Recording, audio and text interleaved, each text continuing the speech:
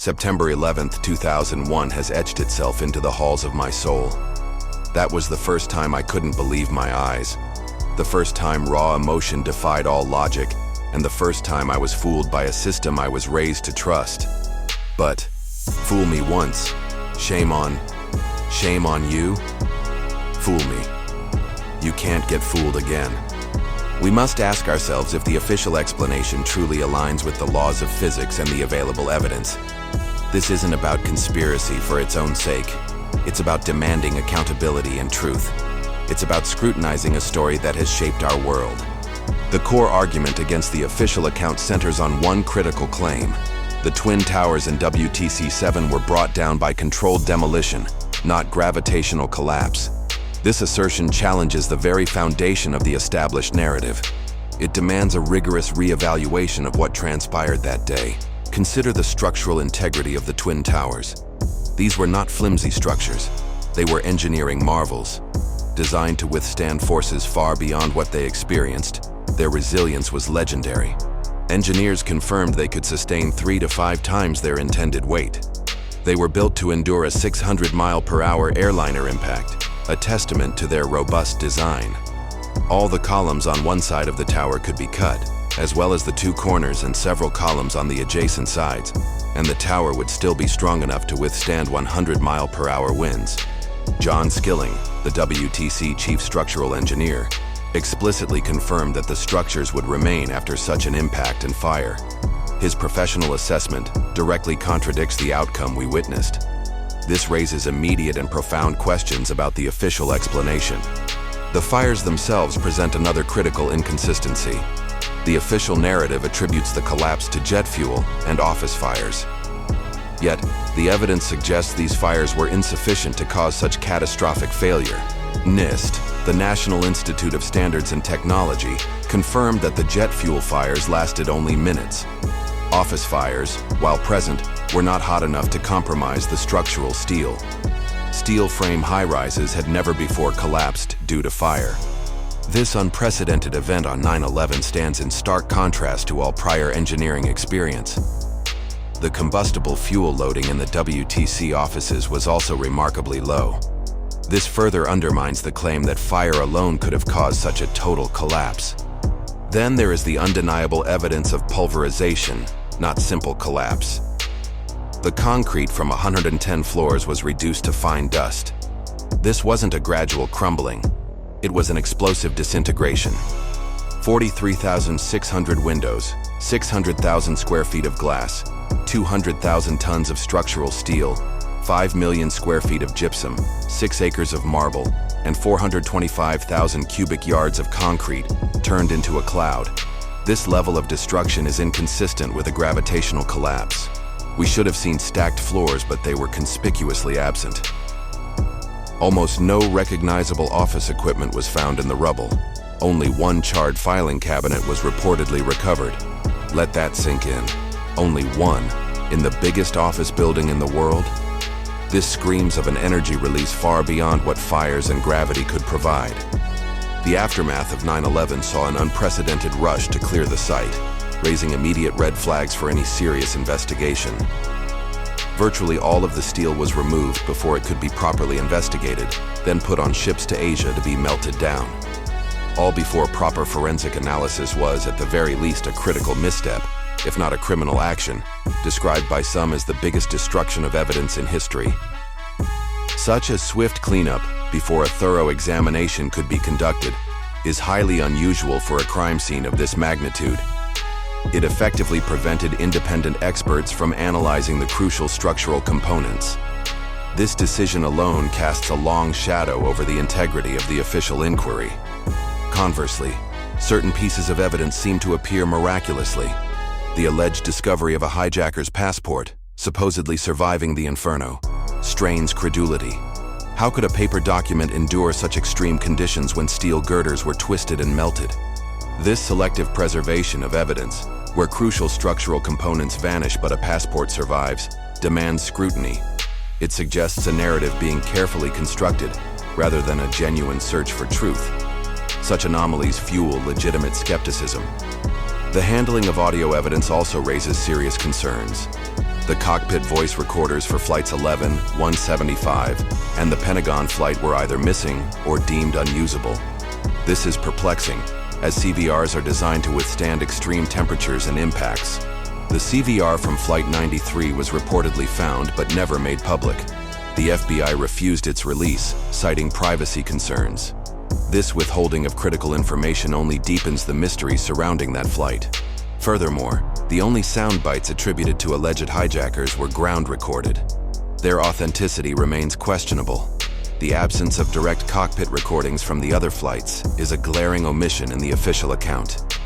The official narrative relies heavily on the identities and capabilities of the alleged hijackers. Yet, numerous inconsistencies plague this aspect of the story. Claims have emerged that at least 6 alleged hijackers are still alive, a fact that would shatter the official account. Mohammed Atta, the alleged ringleader, was described by some who knew him as not a devout Muslim. This contradicts the profile of a religious extremist willing to die for his beliefs. Such discrepancies undermine the very foundation of the official narrative. Hani Hanjour, the alleged pilot of Flight 77, was reportedly a horrible pilot, yet that was alleged to have flown this Boeing 757 and make an amazing spiral, come in at ground level at 400 miles per hour, and hit the Pentagon. This raises serious questions about who truly piloted that missile. Suspicious financial activity preceding 9/11 also demands attention. An extraordinarily high volume of put options were placed on United, American Airlines, and Morgan Stanley Dean Witter. These put options suggested foreknowledge of the impending attacks. The San Francisco Chronicle noted suspicions of advanced knowledge at the time. The 9/11 Commission's explanation for these put options was widely deemed inadequate. This financial anomaly remains largely unexplained. Perhaps one of the most unsettling aspects involves certain artist groups with extensive WTC access. E-Team and Gelatin were given unfettered access to the World Trade Center for years prior to 9/11. This included floors 91 and 92 of the North Tower. Their access included 7-day construction access and free movement of materials.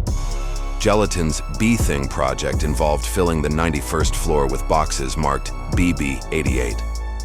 This seemingly innocuous detail takes on a sinister meaning in retrospect. Google it. E-Team even lit up the WTC in the exact impact zone months before the attacks.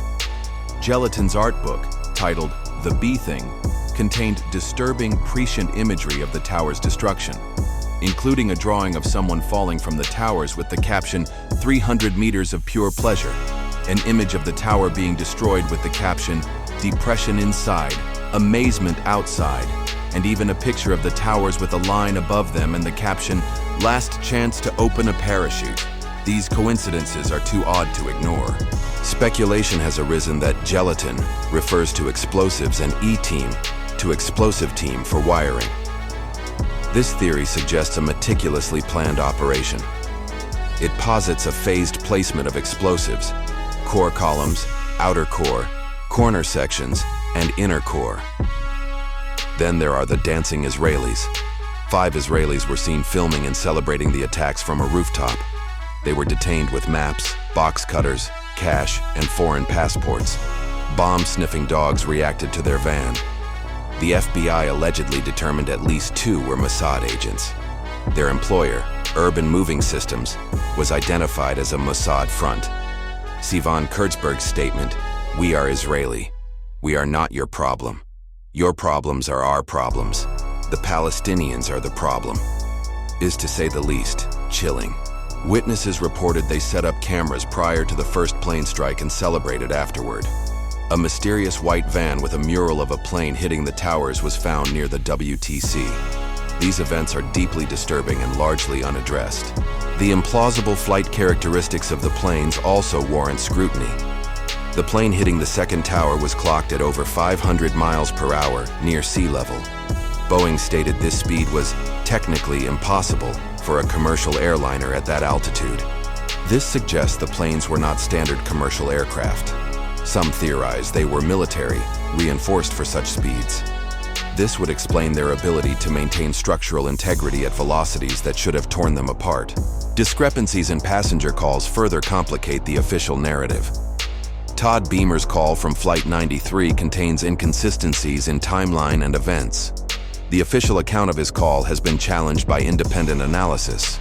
Beamer's call had unusually low background noise, which is odd for a phone call from a distressed aircraft.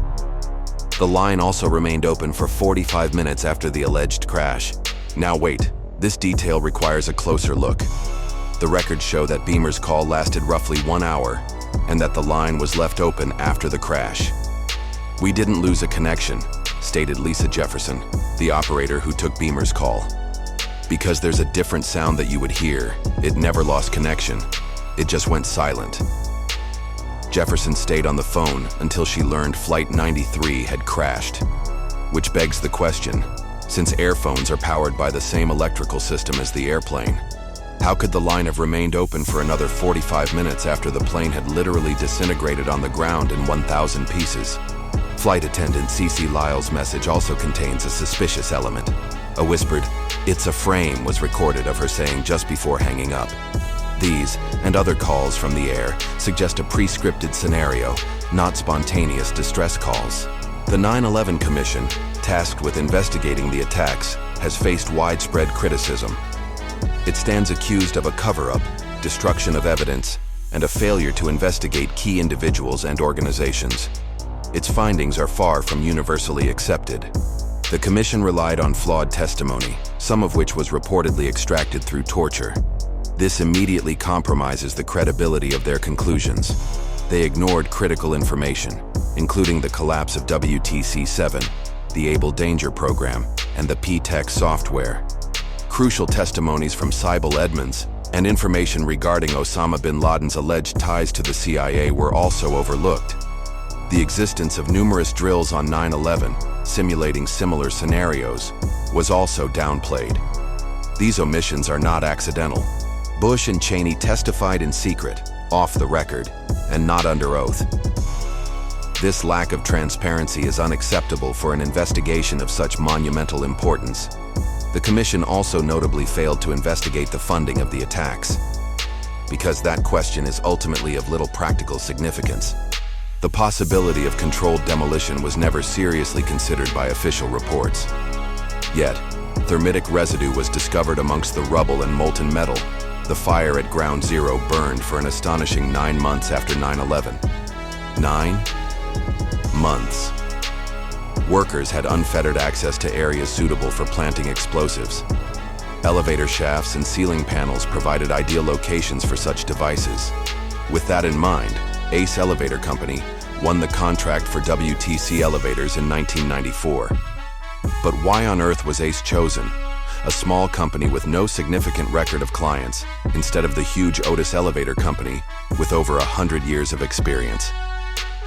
Founder Elisha Otis invented the elevator brake in 1852, and Otis had the WTC contract until 1994 when it went to Ace. This is conspicuous, especially combined with the fact that Ace Elevator is absent from official reports. This company's role and access are critical to understanding potential explosive placement. Their omission is a glaring oversight. Ace Elevator Company went bankrupt in 2006. How could Ace go bankrupt if they were skilled enough to obtain the largest contract in history, which had to be lucrative? These details undoubtedly raise suspicions of a front company. Ace workers were evacuated before the collapse, while others died trying to free trapped passengers. This suggests foreknowledge. The security company Securicom, also known as Stratesec, is another entity not mentioned in reports. This company was responsible for security at the WTC, Dulles Airport, and United Airlines. Their connection, though coincidental, wasn't reason to raise an alarm. That is, until you link Securicom to a single name, and that name is Marvin Bush, George W. Bush's brother, and the man who was in charge of security for Securicom. No kidding. Larry Silverstein, the WTC leaseholder, is mentioned only as a contributor in the WTC-7 report. His infamous "pull-it" comment regarding WTC-7 remains a point of contention. His role and actions deserve far more scrutiny. Finally, the lack of airport security footage of the alleged hijackers is deeply unsettling. No time-stamped images of the 19 alleged terrorists at departing airports on 9/11 have ever been made public. This is a fundamental piece of evidence that is missing. The only sequence shown from Washington Airport lacked a timestamp and was not from a security camera. The image of Alamari and Atta was from Portland, Maine, not Boston, and was for a connecting flight. This is not the clear, definitive proof one would expect. These are not mere coincidences or minor discrepancies. They are fundamental challenges to the official narrative. They demand a serious, independent investigation, free from political influence. The truth about 9/11 remains elusive because the truth is a lion. Set it free, and it will defend itself.